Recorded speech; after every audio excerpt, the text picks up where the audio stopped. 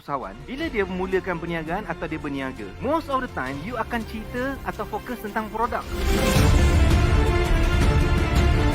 Dia punya concern adalah bila orang tu buat juta-juta, produk apa ha? Dia jual apa ha? Bila orang lain punya sales naik, you akan tengok pada apa produk dia.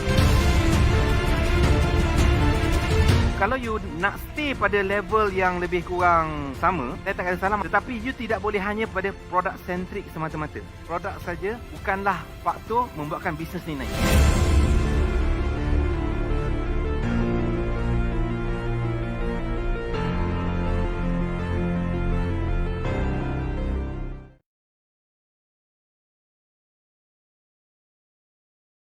Fasa-fasa you belajar, you bermula dengan you tak tahu. Benda tak tahu ni dia mencabar sikit nak buat. Kita rasa penat sebab kita tak biasa buat. Betul tak? Disiplin yang kita tak biasa buat. Katalah start besok pagi, saya kata jom tiap pagi kita pergi berlari 7 hingga 8 pagi. Benda kita tak biasa buat. Penat, lesu, letih, komplain mula-mula. Tapi kalau kita keep on doing it, lama-lama kita akan jadi habit. Kita akan dapat kekuatan. And then kita akan dapat apa? Kita akan start dapat kepantasan ataupun kelajuan. Kita makin boleh laju. Dan juga spontan. Spontan tu maksudnya kita buat tu jadi. Itu yang sampai satu stage yang kita buat apa-apa kita nampak benda tu start jadi.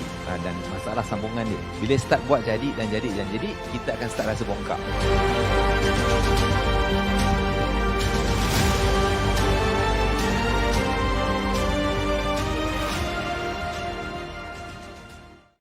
Bila kita jumpa masalah, kita kena always tengok the root cause of the sickness ataupun the illness. Dalam perniagaan, kita kena cari root cause, isu yang ada. Bila kita handle team, bila kita ada isu, kita kena tengok apakah punca sebenar-benarnya perkara itu berlaku. Bila datang masalah, ramai tak nak ambil tahu tentang punca masalah ni dan betulkan. Tetapi kita buat apa? Kita sibuk cari solusi baru. Kita cuba cari new solution tanpa kita kenal pasti apakah real problem yang ada. Tapi kita akan fikir 72 cara lain. Tapi kita tak kenal pasti mana datang problem yang ada dia.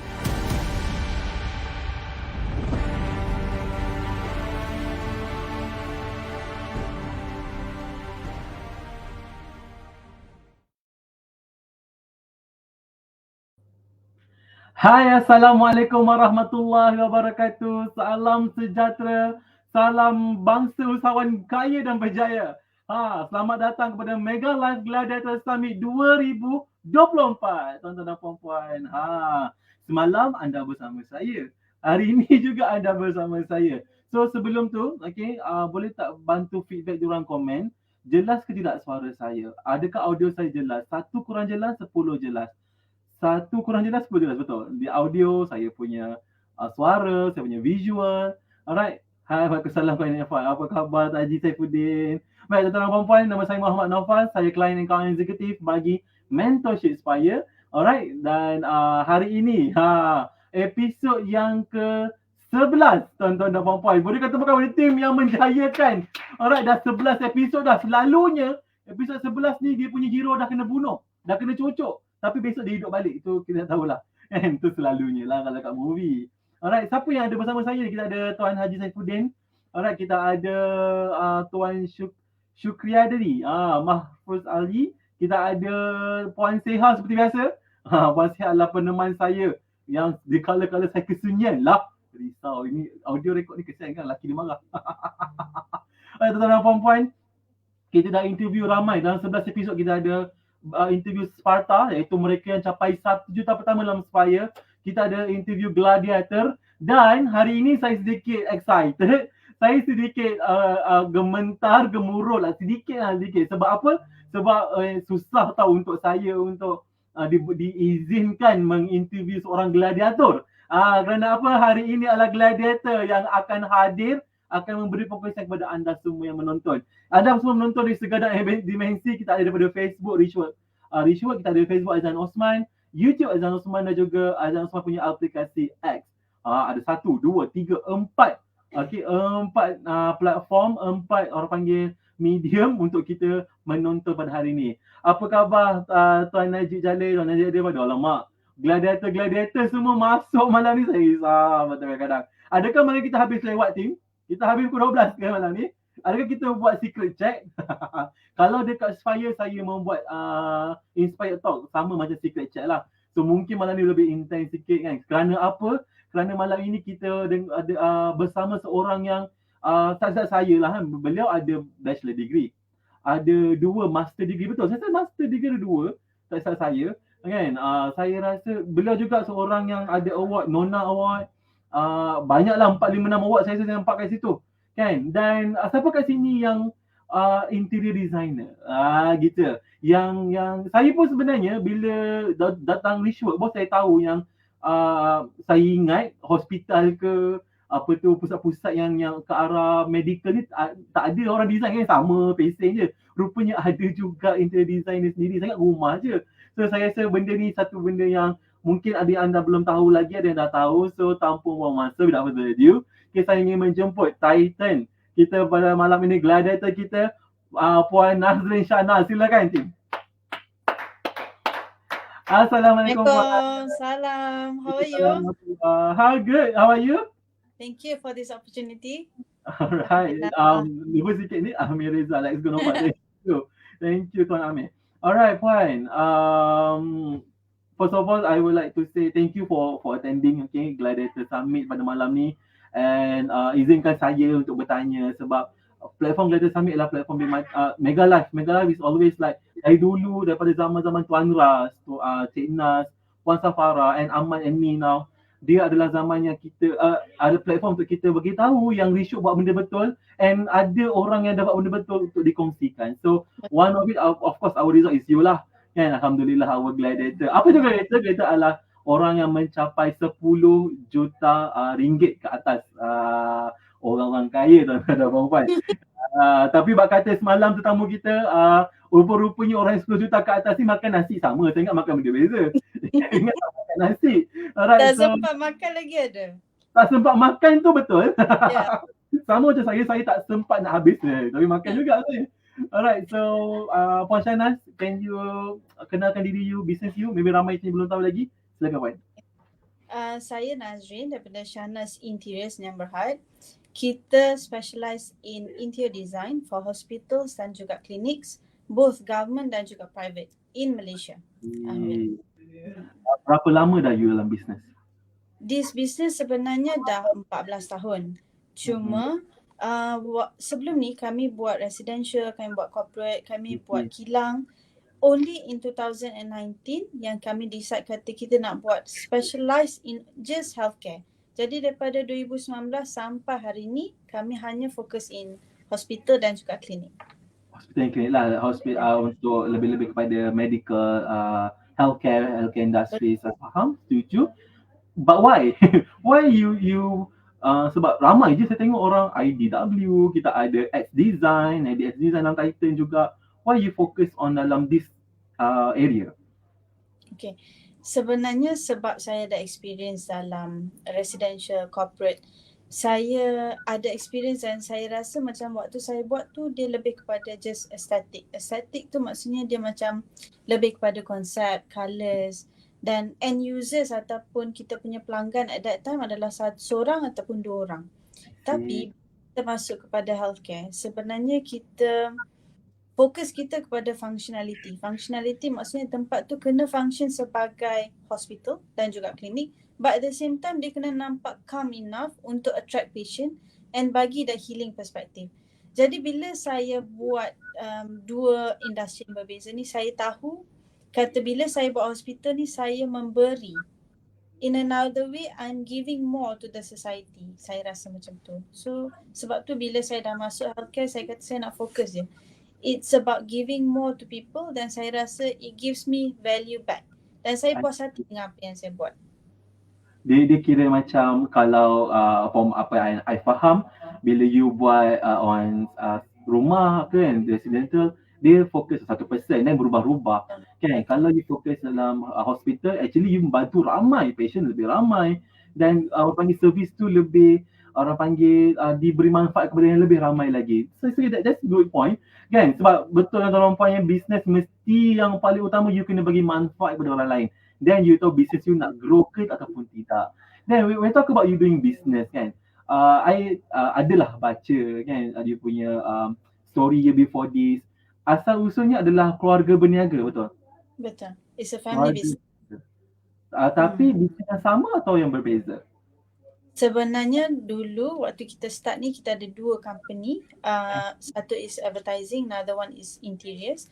Dua-dua memang family business. I see. Cuma bila saya pergi studies, saya patah balik, saya cakap saya nak buat kelainan lah kepada bisnes yang sedia ada ni. Kalau ikut dulu, we survive dengan for the past 10 years kita buat dalam 1 million per year, less than that pun pernah. Dan tak ada sustainability, tak ada plan, tak ada future growth, tak ada benda-benda macam tu. Just berniaga saja. Just meniaga je. Nak sambungkan legacy, keluarga punya legacy, just sambung je tapi tak ada hala tuju dan sebagainya. But you further your study, you ada bachelor degree, you have master. Why you doing business? Apa yang you actually nak kan ni? Saya rasa for me business is somehow in my blood lah sebenarnya sebab saya punya family semuanya memang dalam business. Jadi nak tak nak somehow saya macam influenced by that. Dan in that way saya cari something yang not just business making, dia ada value to it. Sebab tu yang saya boleh pilih interior, sebab tu boleh pilih hospital, healthcare. Oh, faham, amazing. When we talk about interior design kan, dia relate to architecting, betul?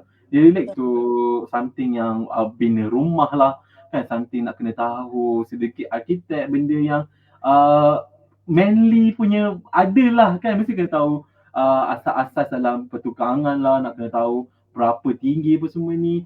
Seorang wanita kan, saya jumpa juga few interior design yang perempuan, tapi bila tanya balik, sebab saya memang belajar arkitek, sebab saya memang minat ni. Tapi adakah you betul-betul actually like this is you punya pilihan ataupun you rasa macam ini yang minat you, will you consider? Saya sebenarnya lebih kepada marketing at first. Marketing dan juga that is my forte lah. Cuma bila saya dah masuk dalam construction, dia tak boleh jadi sales sahaja. Dia memang kena tahu site. Saya memang belajar asasnya tu adalah dekat teknikal saya tu saya belajar on site. Saya tak belajar by book sebab saya punya studies dan semua-semuanya lebih kepada business base. Jadi bila saya belajar dekat site, saya belajar benda yang praktikal, teknikal on construction basis. Jadi bila saya bercakap tu saya boleh convincing enough lah. Dan saya tahu itu tak cukup, sebab itulah saya further my studies in degree specialized in hospital interiors. I see. So bila dah then baru you master dalam bidang tu on the side. Betul, sebab kalau you kalau nak kata pasal berenang pun kan, selagi you tak masuk dalam kolam, selagi tu you tak kata you master dalam berenang, you tahulah berapa deep ke, how nak bernafas tapi kalau you tak berenang takkan sampai juga kan, betul tak? Maknanya dalam bisnes pun benda yang sama juga kan, dia kena masuk dulu dan bila dah masuk tu baru you akan tahu. And saya faham tadi bila cakap pasal you dah belajar on the theory part, you already on the side, you know the practical part, but somehow it's still not business, dia adalah benda technical. Dan adakah itu disebabkan you pilih untuk belajar? You start dengan IMKK ke, betul? Saya start dengan IMKK 2000. Boleh you ceritakan perjalanan you dalam Richwood sampai sekarang? Kita nak kongsikan, nak tahu, nak kenal lagi. Okay, saya sebenarnya pernah dengar pasal Richwood tapi tak pernah lah interested sampai nak beli tiket dan sebagainya. Okay. So saya punya my close friends Ramzan juga Aisyah, dia orang convince kata try pergi IMKK. So saya kata okay lah for the sake of it. Sebab waktu tu saya pergi, saya kata saya ada something yang saya rasa saya tak happy about myself. Mungkin saya kata kat IMKK itulah yang kita belajar. Sebab at that time dia orang selalu cakap betulkan kolam jiwa. So that was the perspective lah. So saya pergi, but I saw more than that. Bila saya nampak Datuk Bira, saya nampak dia bukan sekadar coach ataupun macam orang yang just bagi talk. Saya nampak dia lebih daripada tu. Cara dia convincing dia, cara the kind of words that dia using apa semua tu membuatkan saya rasa macam saya nak masuk the next class. Dan saya masuk kepada kelas MMM. Dekat situlah penentu momen yang saya kata saya nak fokus only in one company. Sebab macam saya cakap tadi, business company ada dua. So I had to choose only one. So I choose Shahnas Interior dekat kelas tu. Then after that saya kata sayangnya lepas IMM ni siapa yang nak guide me Who else? Dalam bisnes ni, kalau kita tak ada somebody yang look to us from the top, ataupun orang yang good enough untuk coach kita, untuk bagi advice, kita akan ketinggalan. Kita akan rasa macam kita nak ke depan pun tak boleh, ke belakang pun tak boleh. Sebab apa saya cakap pasal benda ni adalah, bayangkan Shahnaz Interiors dah 10 tahun dah. Tapi dah 10 tahun tu, there's no remarkable changes dalam bisnes. Masih start dengan 1 juta, mungkin daripada initial 200-300 naik pergi 1 juta. That's the maximum yang kita boleh reach pun. So macam mana kita nak scale up? We need somebody. So waktu tu saya apply for Spire. Saya duduk dalam Spire for 1 year dan upgraded to Titan. Saya masuk Spire, saya dapat break my numbers daripada 1.9 to 3.4. And then I am entitled to Titan. Lepas masuk Titan, I had 101. That first 101 was the right direction for Shahnaz Interiors lah. Sebab waktu tu kita dah masuk dalam healthcare punya industries. Cuma saya perlukan kepastian. So saya tanya dekat Datuk Wira, Datuk Wira, can I focus on this? Can this business be scalable? Is this practical? Sebab saya pun pernah ada pemahaman yang cukup ke hospital nak bina? Banyak ke klinik-klinik yang nak bina? Cukup ke? Can I sustain? Then his words was, Nazrin, go ahead. Go ahead. I'll support you. You can grow this business and there's enough numbers for you to grow. So saya peganglah ayat tu. Daripada first year sampai sekarang, kalau ada pun orang yang sangsi ataupun orang yang tak confident, I know myself, I'm confident enough. Power, amazing tuan-tuan dan puan-puan. Perjalanan dia tu je betul. Apa tu orang panggil tu, nama kata panjang. Ya, panjang. Kalau nak kita daripada IMKK pun tak habis sekolah lagi. IMKK and then MMM and then you Spire 1 tahun. Alhamdulillah, you finish the journey 1 tahun from 1 and then you got 3 million kat situ, betul? Then you title ke Titanium. Dan paling best saya nak tengok, saya nak orang tahu. Ya, Tuan Aman memang expire, saya tahu. Saya masih lagi Spire. Alright.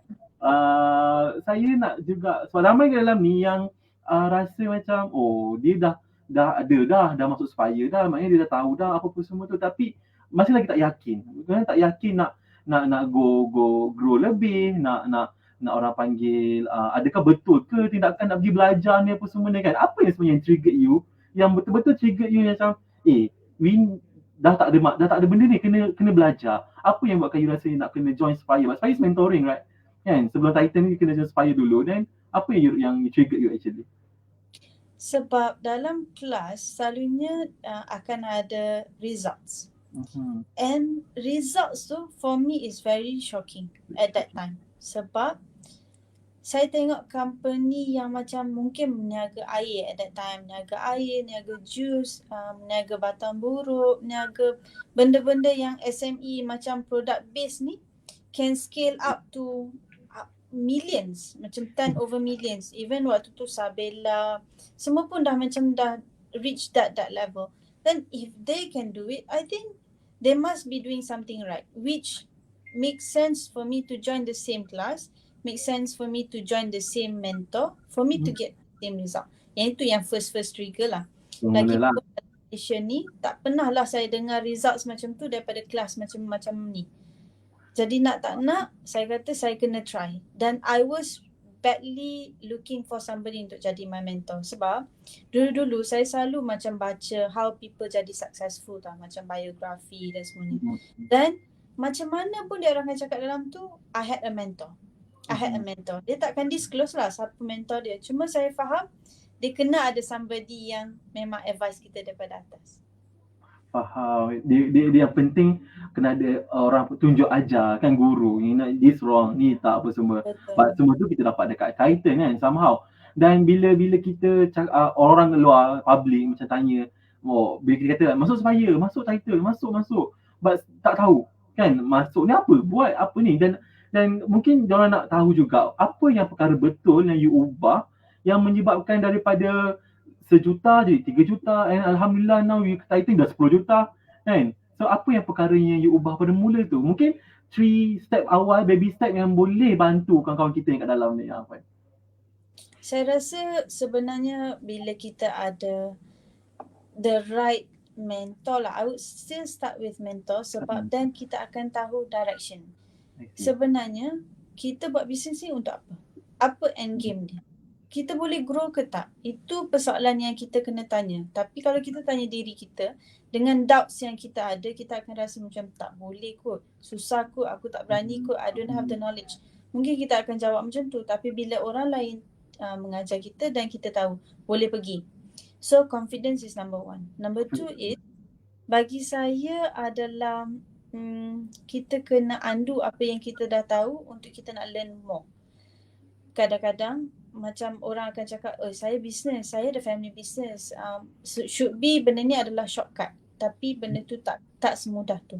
So kalau you boleh unlearn apa yang you learn, you boleh belajar banyak sebenarnya dalam kelas.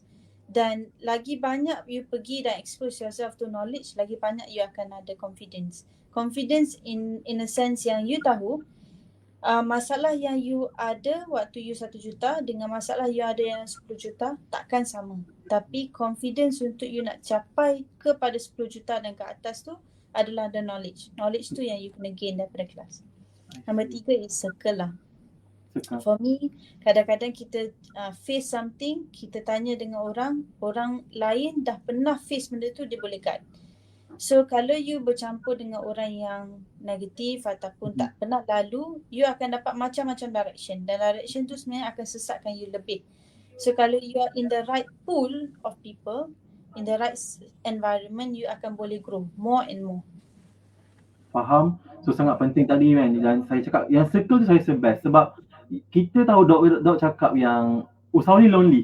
Kan? Usahawan ni lonely. Kalau you tak ada circle, you nak cakap macam mana, you nak cerita pasal margin dengan orang luar. Even kadang-kadang kita punya kawan ke best friend kat luar yang tak bisnes kan dia faham pun perasaan kita tu nak diluahkan tu kan. It's very very amazing.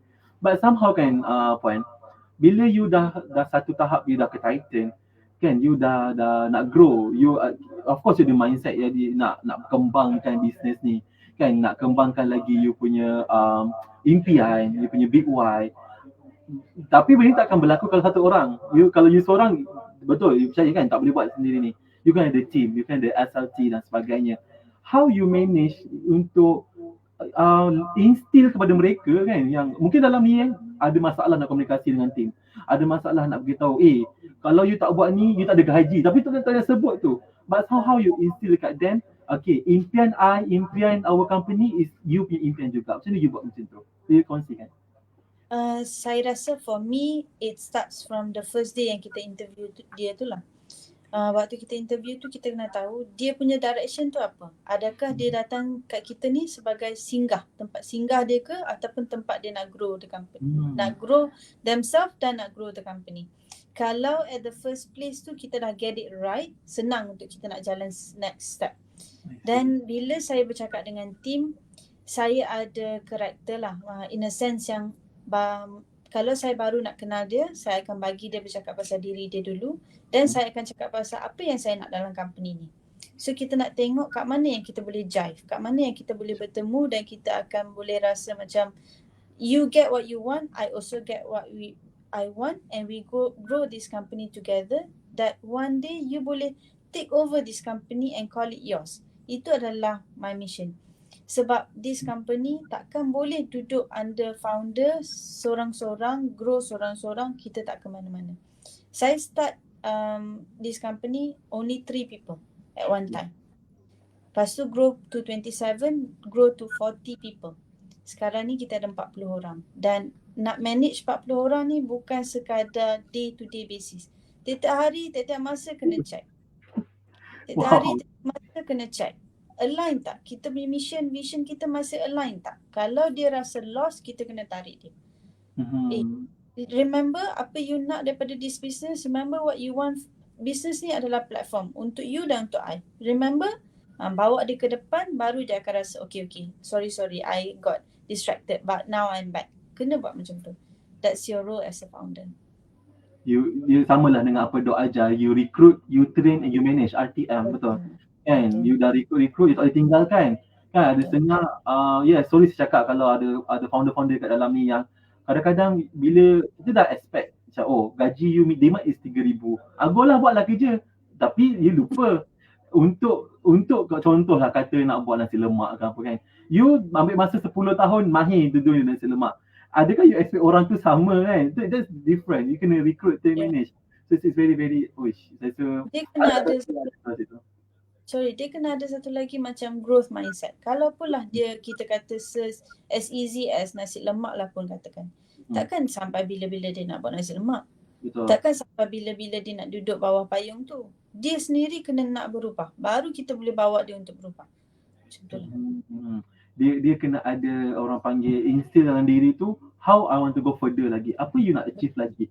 More and more kan. Sebab anak sekarang baru awal tahun. So masa ni lah you nak kena reset you punya vision board kan. You nak kena tengok apa yang dah capai, apa belum capai. Sama juga dalam bisnes tuan-tuan dan puan-puan.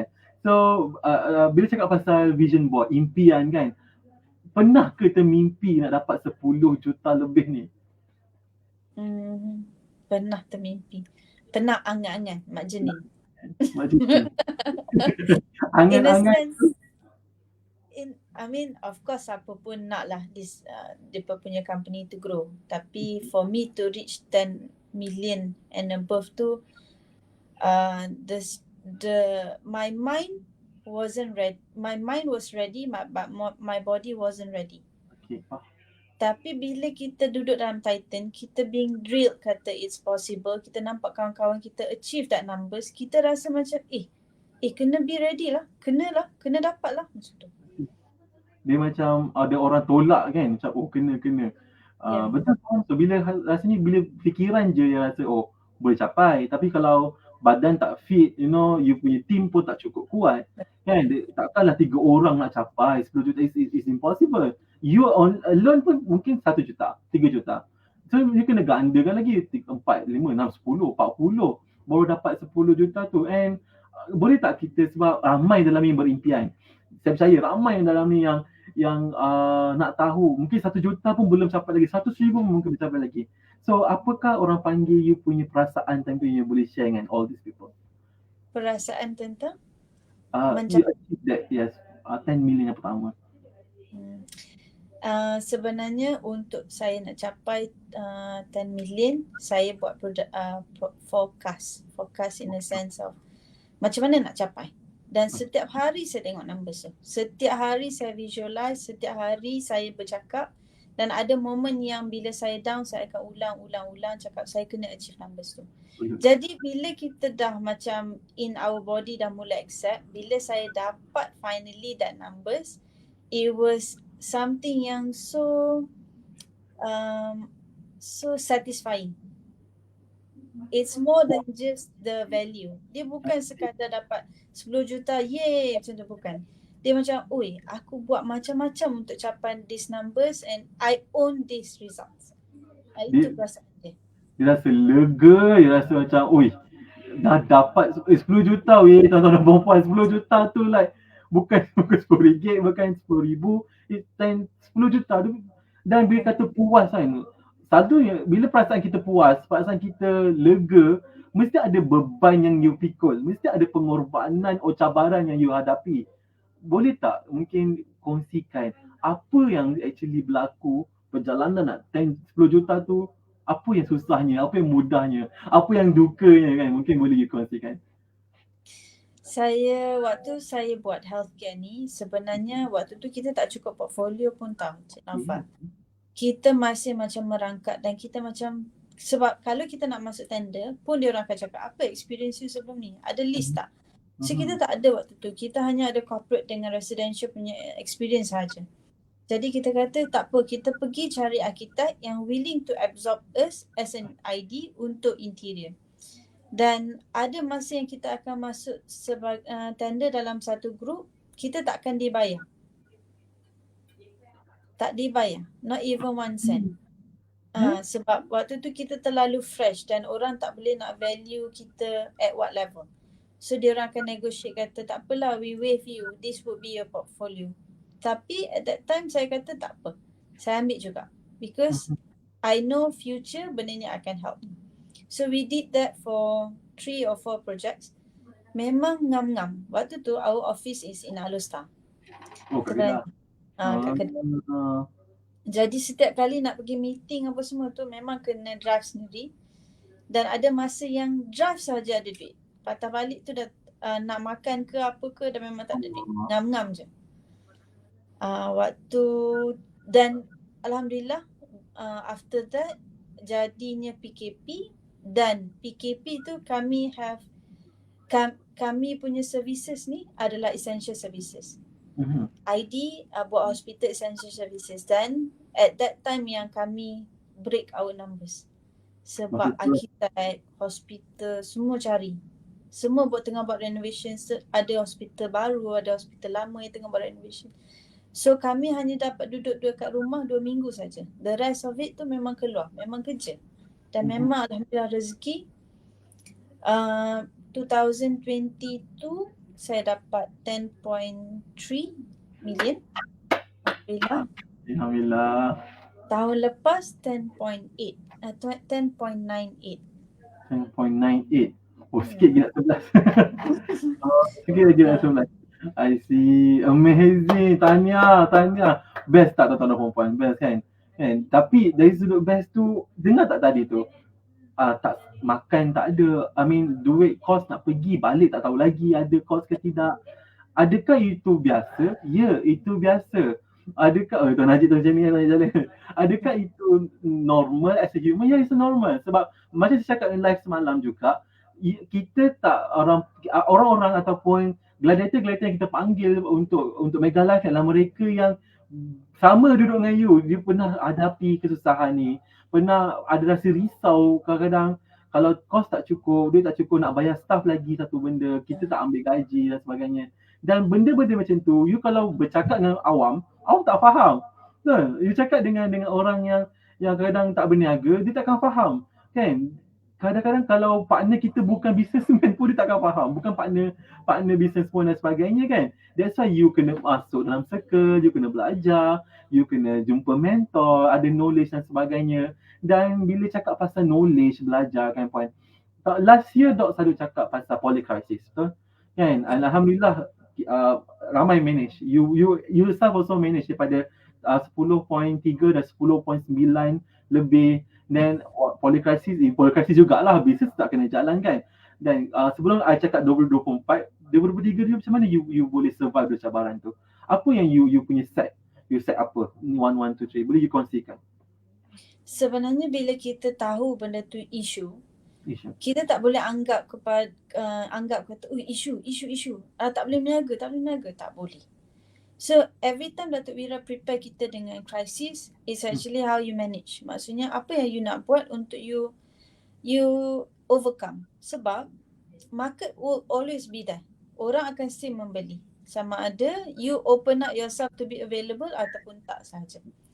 Jadi bila 2023 waktu tu baru boleh kata renovation pun ataupun interior ataupun hospital punya construction was a bit slow.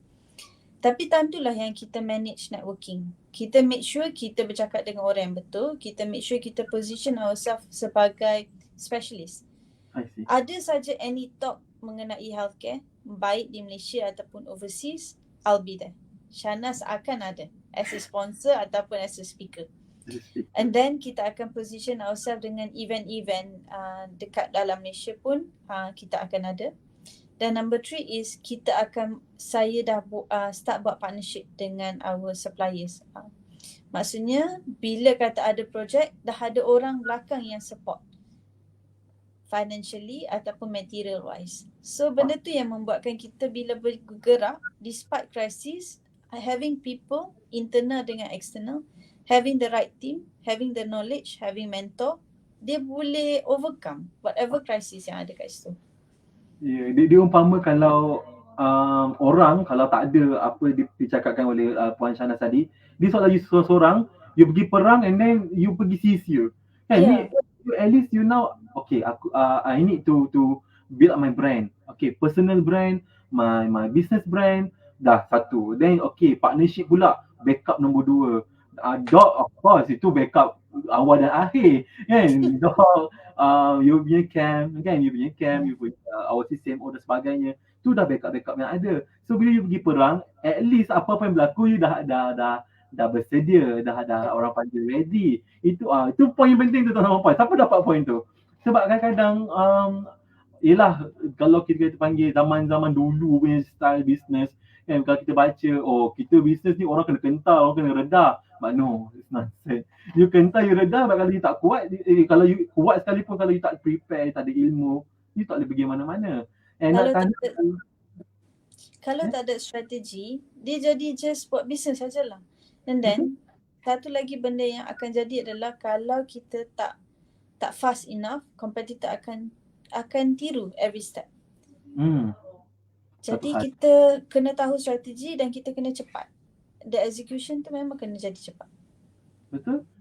Bila cakap ya competitors lagi kan, belum kata pasal external factors like bencana alam lah, COVID dan sebagainya, then inflasi.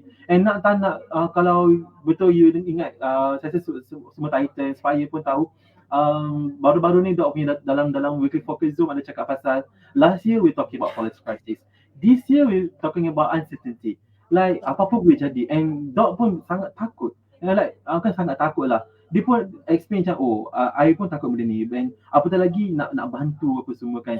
So apa you punya orang panggil, of course as a founder, as a leader, you dah kena ada plan. And apa yang you punya preparation you rasa sekarang you patut buat, and benda tu mungkin boleh dikongsikan orang lain. Okay. Kalau kita bercakap pasal world crisis, of course dia bukan something yang kita boleh control.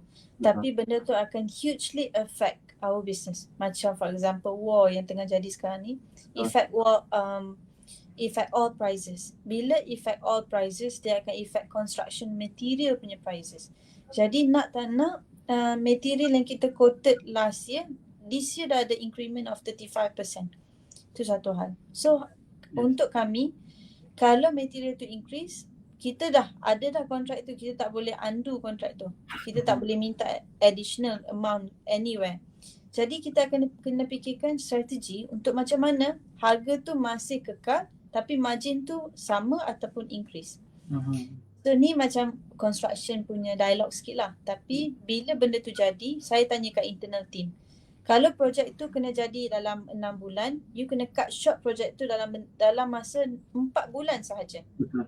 Sebab cost untuk manpower, cost untuk other material dan semuanya kena happen within that 4 months.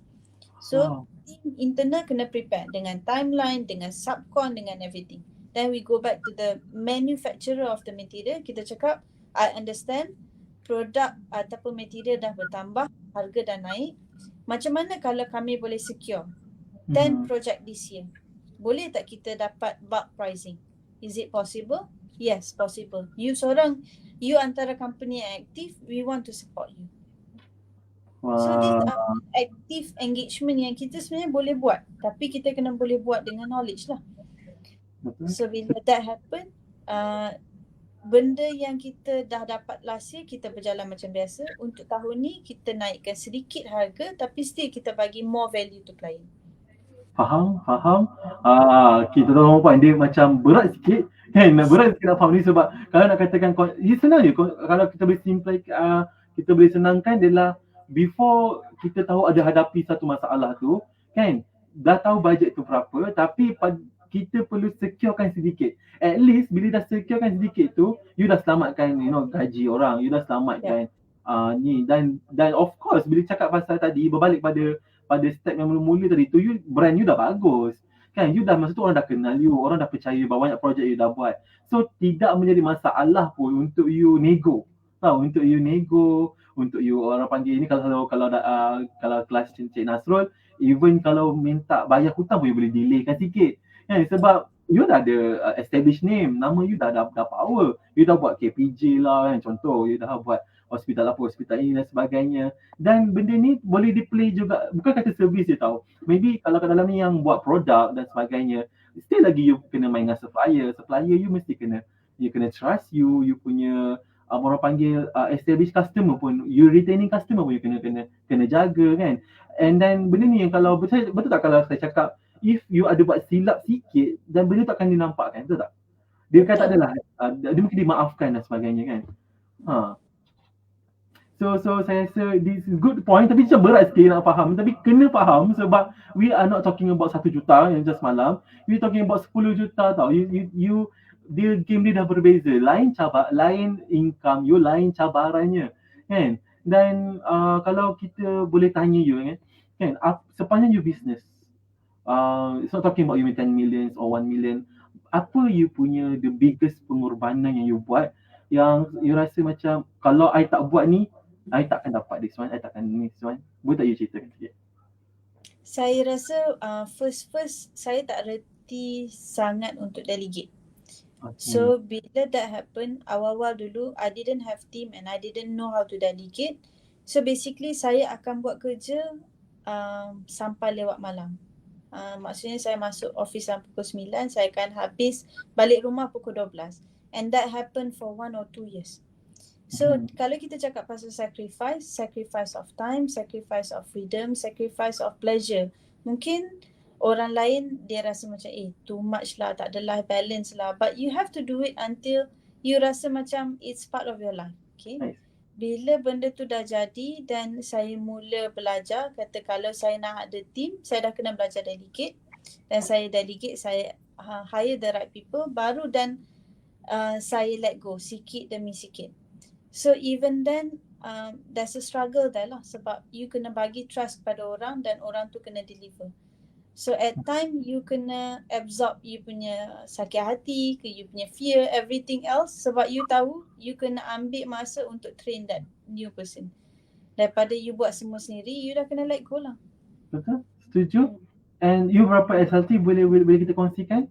7 orang. 7 SLT. 7 bahagian berbeza. Ya. Dan adakah you sekarang monitor rapat ataupun you just overseeing je daripada atas? iEagle saja. Saya masih follow up, tapi so far they have been with us for 2 or 3 years so far. Jadi masih perlu macam sebenarnya turunkan vision company, turunkan my own expectation kat diorang. Saya nak buat benda tu slow-slow lah, sebab saya tak mau bebankan diorang dan saya tak mau diorang rasa macam they're not ready for it ataupun diorang silap langkah. So saya masih guna my cap of training cap tu almost 80%. Masih lagi lah 80%. Yes. I see. Tak apa, on the way. Mungkin dalam 19 juta, 20 juta ni dah kurang sikit kot. InsyaAllah, amin. Bila cakap pasal work-life balance kan, dia ramai dalam ni mungkin belum capai lagi first million, belum capai 10 million. Ada yang mungkin dah 1 juta tapi masih lagi tak capai work-life balance tu. And I believe that orang kata kalau dikatakan kisah yang dunia indah, okay, usahawan ni you nak dapatkan masa kan. Kalau berniaga ni nak ada masa sendiri, nak ada orang panggil time, money sendiri, tak boleh letak gaji sendiri tanpa risau. Tapi itu dunia indah tau, itu dunia yang very very unicorn kan. Tapi apa yang you boleh kongsikan bila lain orang punya work life balance, tapi kalau you punya macam mana pula work life balance you? Sebenarnya kalau dulu tak tahulah, sampai sekarang pun saya rasa there's no ideal work life balance. It's up to us how we define it. Cuma for me, bagi saya having a bit of freedom whenever I want it is balance of life. Maksudnya katakanlah saya kadang-kadang Cik Nafal sampai sekarang kalau kata ada isu dekat site, saya masih turun site walaupun petang ke malam. So I don't consider that as macam not having life balance lah. Cuma for me, kalau kita ada sedikit freedom in terms of money, in terms of time, then we use it in a quality manner. For me is balance lah. Yeah. Sebab extra money yang kita ada, kita boleh spend better quality time, and that is something that we give to people for the sacrifice that they are doing in order to support us. For me, that's my understanding lah. I suka that point. Kan, sebab orang kata, ini bukan dunia kisah khayalan, kisah dongeng ya. Ini adalah dunia realiti. Macam Dok selalu cakap, atau Cik Nas kadang-kadang kat office cakap, kalau kita tak buat sesuatu tu betul-betul betul, kadang-kadang apa yang kita jaga ni, kita nak tahu perut tim kita yang lain, nak kena bagi makan mereka yang lain kan. Contoh kalau saya sendiri jaga Spire, ataupun Cam yang jaga Titan kan. Dia macam kalau tak betul-betul jaga, mungkin Titan tu dah atau Spire tu mungkin tak ada dengan kita tak bagi the best. Macam mana tim-tim kita yang lain, tim kreatif, tim buat fotografi, how kita tak survive dengan apa yang kita dapat tu kan. So that's work-life balance kan. Dia buat lebih, pengorbanan dia tu kita bayar dengan pengorbanan kita yang kita bayar sama-sama. Jelas, saya suka tu point tu. Dan tadi tim ada cakap, yes point. Sorry. Dengan tim saya pun, we have the same understanding. Kalau client message malam-malam pun, dia tak adalah satu argument yang, cik saya reply esok pagi lah cik, malam dah ni, it is after office. There's no such thing. So daripada management up to the staff until the bottom designers yang lain-lain pun have the same mentality. So Alhamdulillah. Alhamdulillah. Itu orang panggil mentality orang yang dah capai 10 juta tau. Yang dah deliver kepada team yang kita nak kena dapat benda ni. So saya rasa the best point malam ni saya dapat ialah mindset. You letakkan mindset you betul-betul, then how you setting pula dekat you punya team betul-betul dan sebagainya kan. Dan tadi team ada cakap pasal gambar. Ada ke team gambar? Saya tak tahu pula gambar yang macam mana. Kita akan orang panggil kita view sama-sama. Mungkin you boleh ceritakan sikit pasal gambar tu. Ada ke team? Gambar? Ada. Team dia kadang-kadang dia macam tu. Biasalah daripada pagi dia live sampai ke malam dia live. Itu pun lah balance juga tu sebenarnya. Kan? Nak kena set lagi. Alright, yang ini? Okay. These are my SLTs. 2, 3, 4, 5, 6. Ada lagi. Ada lagi. Semua garang Yang tengah ke? Nona best. Next team. Nona best healthcare interior design award. Woo! This was last year, Alhamdulillah. 2022 betul? Yeah. I see. Macam mana nak dapatkan ni? You ada kisah di sebaliknya ataupun benda ni? Kami di interview, lepas tu shortlisted, dan ada write up lah pasal our entrepreneurship journey dan sebagainya, dan finally ada dapat award. Wow. Ini yang dikatakan tadi tu, yang saya cakap, yang Puan Shahnaz kata tadi, yang bila you ada krisis, bila you dah orang panggil ada benda yang dah trigger sedikit kan, ada kompetitor dah start nak dia buat macam ni, you kena bina nama. Tu antara benda you bina nama kan. Macam Dok pula, ya Allah banyak pula Dok punya master yang law lah, master MBA dia dah 2-3 MBA Dok ada. And so benda yang same goes to our Titan juga buat benda yang sama. Dan dari situ orang kata, macam mana kita nak orang panggil lawan dia kalau dia dah power gitu. So next thing, this one? Ni gambar pergi umrah. My family. My father, my mother dengan my cousins. I see. Pergi umrah yang keberapa tu? Umrah yang keberapa ni? Pertama. Last year? Last 2 years? Last year. 2023. Yeah, last year. 2023. Alhamdulillah, saya pun first time last year juga. Okay. Ni gambar myself, my mother yang ujung tu yang pakai baju warna hijau tu. Itu yang mother dengan datin. I see. Adakah ni di office or? Dekat Penang sebenarnya. Datuk Wira dengan Datin Wira sampai Penang. Then we wanted to host them lah. So kami pergi jumpa sekejap.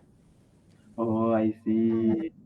And my mom was a Spire student. So kami both belajar daripada Datuk Wira sebenarnya. Your mom is Spire before this? Masih lagi before this lah. Yeah. Kalau masih lagi siapa pula kan? Salah pula. Tahu kan?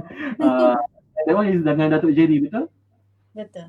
Ni dekat Indonesia kat cakap Bali. Bali, ya. ICM Bali kan? ICM Bali kira macam gempak juga ICM Bali tu. ICM memang team dia pun best. Memang every time knowledge sharing pun memang best gila. Everybody look forward for ICM sebenarnya. Kan itu benda best lah kalau siapa yang nak join Titan ni, antara benda yang wajib and benda yang paling orang panggil saya rasa benda tu kena, is a must. Dan nak baru ni ISM yang dekat KL tu lain sikit. You banyak berbincang kan, banyak buat assignment, dia lain dengan ISM yang lain. So saya rasa that's the best one. Okay, next thing, Global Hub.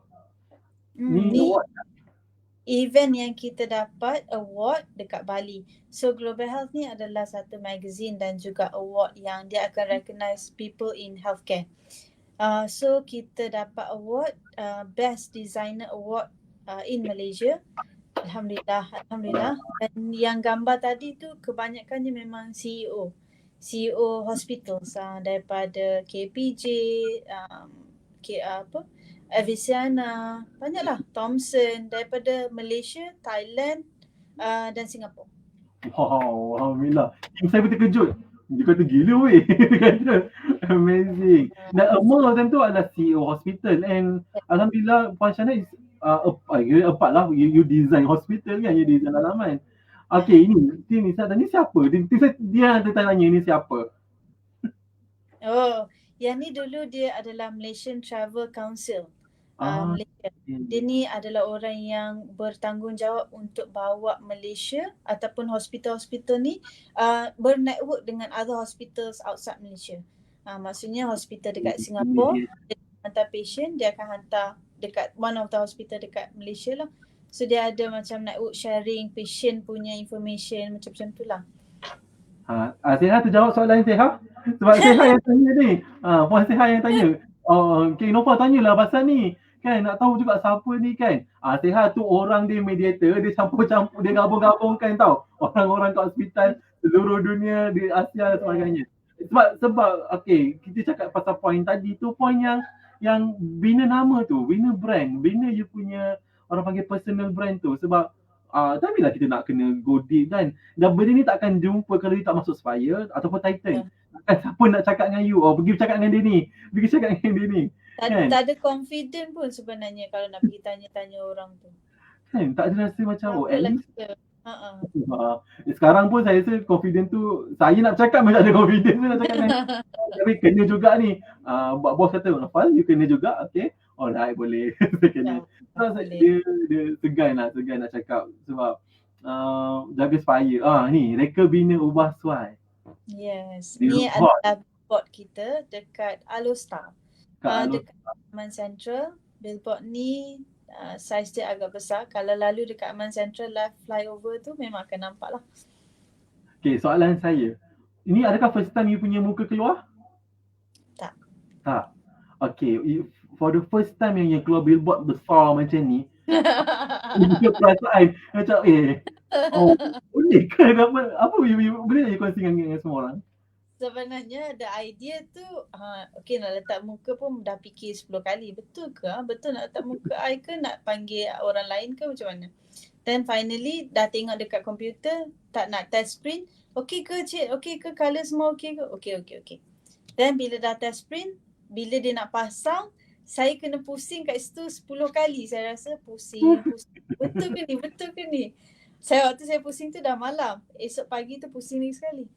It was interesting lah. Interesting in a sense yang satu, dia tambahkan pressure dalam diri dan juga team. Tambah pressure sebab people know you. Now people say, Shahnaz, siapa yang kat billboard? Owner dia yang mana? Yang gambar tu lah owner dia. So sikit-sikit yang you buat, orang memang akan ingat dan orang memang akan kecam. So you memang kena hati-hati. So saya selalu pesan, you jangan letak billboard, kualiti kerja you off. You tak boleh afford dah. You tak boleh lari dah sekarang. Sebab nak tak nak orang dah kenal. Dah kenal, betul. Ya.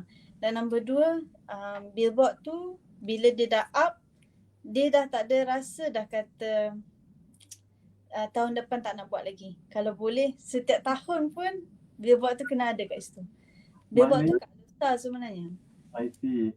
Yeah. Maknanya setiap tahun kena improve lagi. Betul? Betul. Kena make it better. Sebab saya pun ada impian buat billboard, tapi saya rasa saya risau. Billboard, saya dah besar. Billboard macam mana besar lagi pun nak letak. Impian tu mungkin kita tolak lah. Tahun lain. Ada dekat Federal Highway tu besar, panjang billboard. Wah, kita akan cuba ke billboard yang besar tu. Okay, next ni ada gambar lagi? Okay.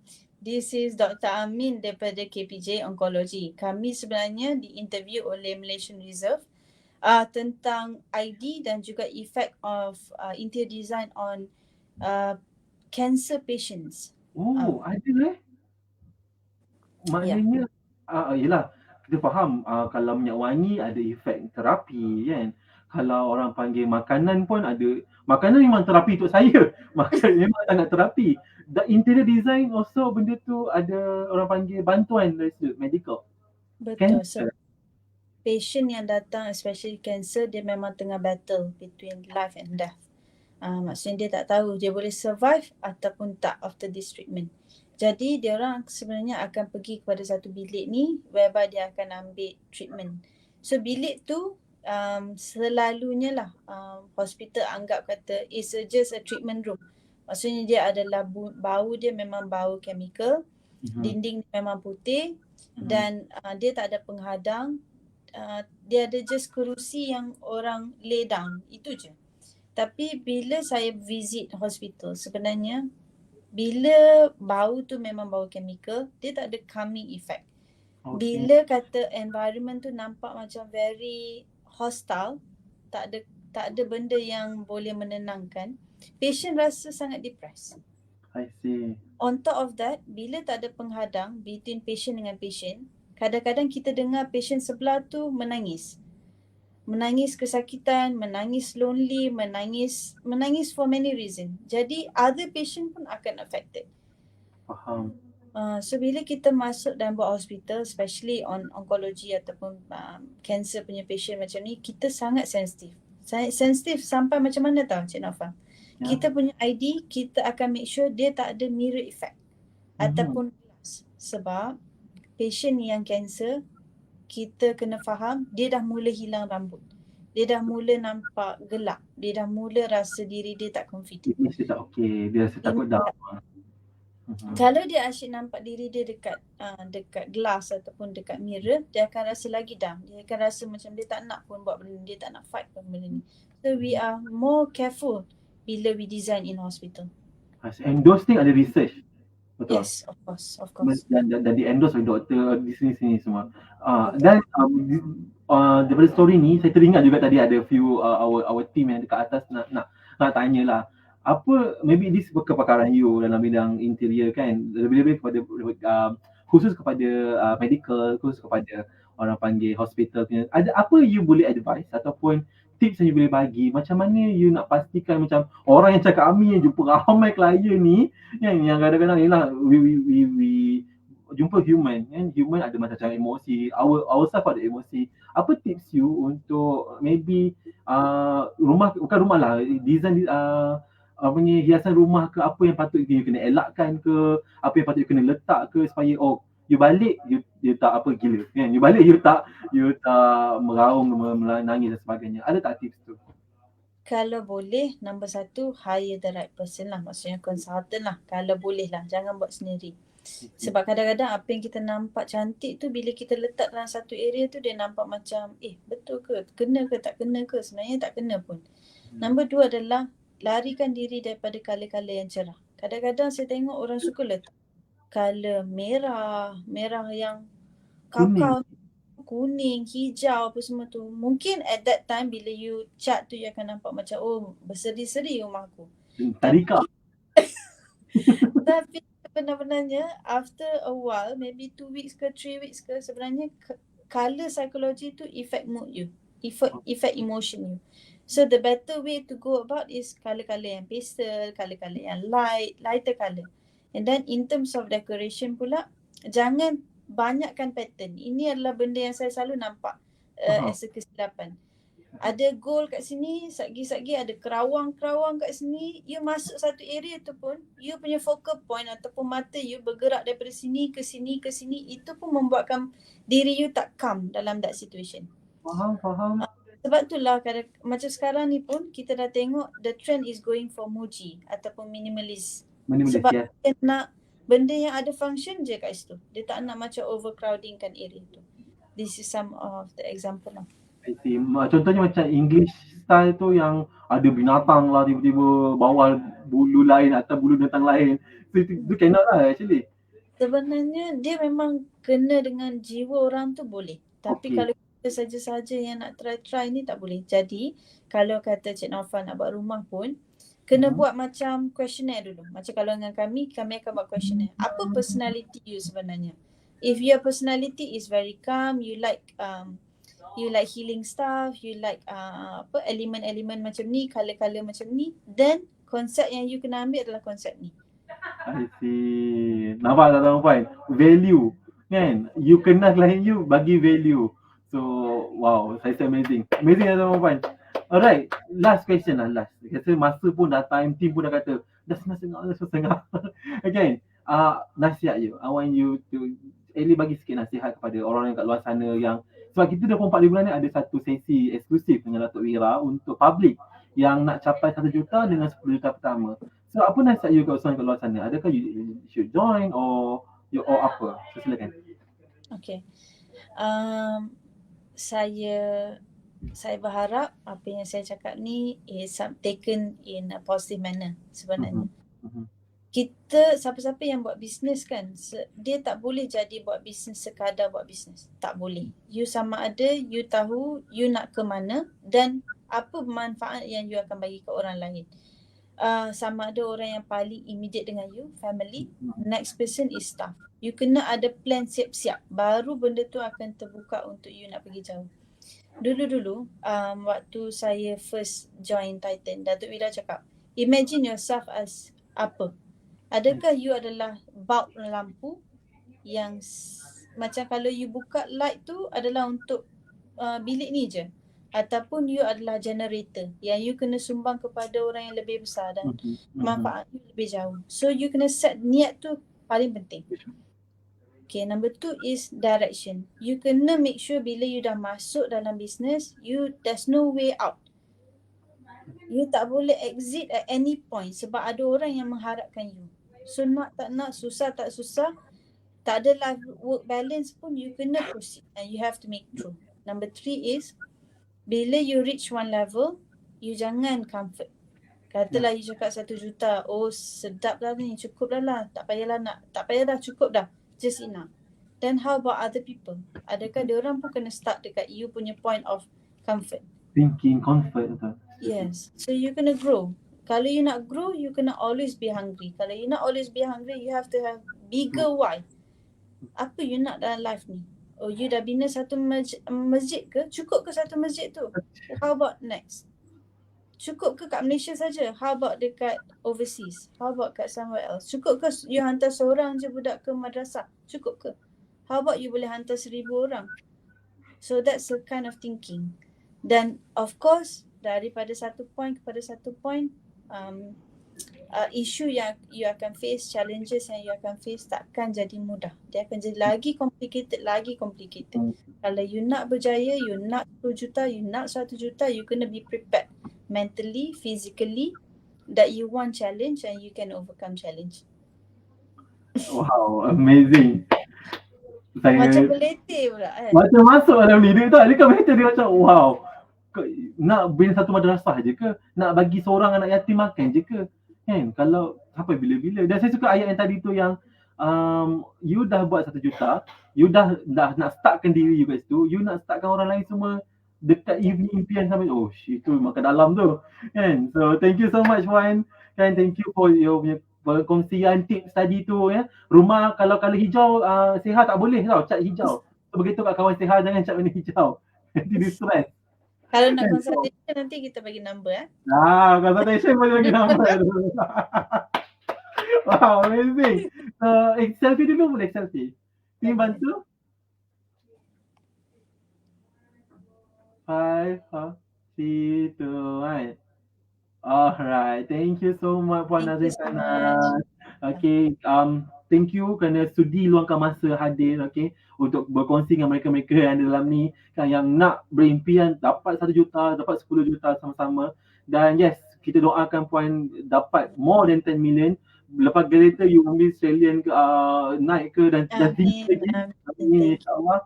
Alright, thank you. Okay, jumpa. Dah pergi HR Bootcamp ke belum? Belum. Belum. Okay, next HR Bootcamp insya-Allah. Okay, selamat belajar ke HR Bootcamp. Okay, thank you so much. Have a good night. Bye. Bye. Assalamualaikum. Assalamualaikum. Tuan-tuan dan puan-puan, nampak tak nampak? Semua ada tips, dari tips daripada MMM, IMKK, tips nak pilih cat rumah pun ada. Tuan-tuan dan puan-puan, pastikan cat rumah betul Alright, so yes team, pancarkan poster terakhir. Okay, untuk sesi terakhir ni. Alright, sesi eksklusif Your First Million and 10 Million bersama Datuk Wira Dr. Azizan Osman. Pastikan jangan ingat tadi apa kata Puan Nazir Shahnaz tadi. Okey, adakah anda dah sampai tahap yang lebih selesa? Orang sekeliling anda selesa juga macam anda? Tak semestinya.